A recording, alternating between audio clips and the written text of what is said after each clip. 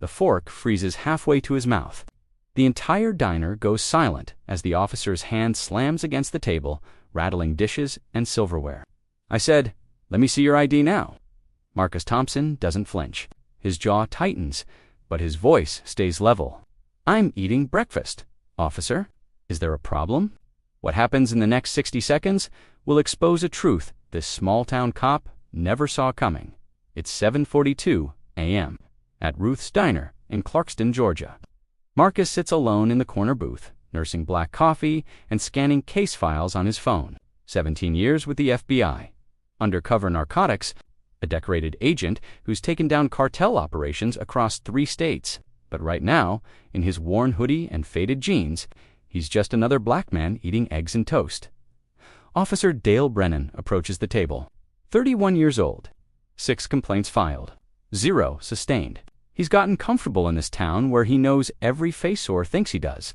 "We got a call about someone matching your description," Brennan says, hand resting on his belt. "Suspicious activity." Marcus glances around the half-empty diner. 2 elderly women by the window. A trucker at the counter. Nobody looks suspicious. Nobody looks concerned, except the officer staring him down. "Suspicious activity," Marcus repeats slowly. "Like eating pancakes?" His tone stays measured, but something flickers in his exhaustion that runs deeper than one sleepless night. Brennan's face hardens. "Don't get smart with me, ID last time. I'm asking." The waitress, Sandra, stops wiping down tables. The trucker turns on his stool. Everyone watches, but nobody moves. Marcus reaches for his wallet, slowly, deliberately. Every movement calculated because he knows how this goes. He's lived it before the badge. He's witnessed it in case files. But before his fingers reach his pocket, Brennan grabs his wrist. Hard. "Keep your hands where I can see them." The escalation is instant, violent. Marcus rises from the booth, hands up, trying to de-escalate, but Brennan is already spinning him around, slamming him chest first against the wall. The case files scatter across the floor. His coffee mug shatters. And then it happens. The punch, square to Marcus's ribs, as he tries to explain. The air punches out of his lungs, but Marcus doesn't fight back. Not yet, because what Officer Brennan doesn't see what he couldn't possibly know is the federal badge. Clipped inside Marcus's jacket, the badge that represents 2 decades of service. The badge that turns this assault into a federal crime?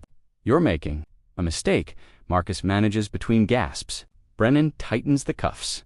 "The only mistake is you thinking you can disrespect me." Sandra's voice cuts through. "Dale, stop." He wasn't doing anything. But Brennan isn't listening. He's too focused on control, on authority, on proving his power in front of witnesses. He yanks Marcus toward the door, ready to parade him to the patrol car outside. That's when Marcus's phone, still on the table, lights up. The screen shows an incoming call. The contact name visible to everyone. FBI Director Johnson. The diner freezes. Brennan's grip loosens, just slightly. "What the hell?" Marcus turns his head, meeting the officer's eyes for the first time with something new. Not anger, not fear, just cold, professional certainty. "I tried to tell you," he says quietly. "Special Agent Marcus Thompson, Federal Bureau of Investigation, and you just assaulted a federal officer." The blood drains from Brennan's face. His hands tremble as he unlocks the cuffs. The phone keeps ringing. Sandra covers her mouth. The trucker pulls out his own phone, the whole thing captured on video. Marcus rubs his wrists, straightens his jacket, and answers the call. "Thompson here? Yeah, there's been an incident. I'm going to need IAD at this location." Brennan stammers. I didn't know." "You didn't identify yourself," Marcus picks up his scattered files. Crime scene photos. Witness statements. Evidence logs from an operation that was supposed to stay quiet. "I was off duty," he says, his voice carrying the weight of 1,000 similar moments. "Eating breakfast. In America, I shouldn't have to flash a badge to do that safely." The silence is deafening.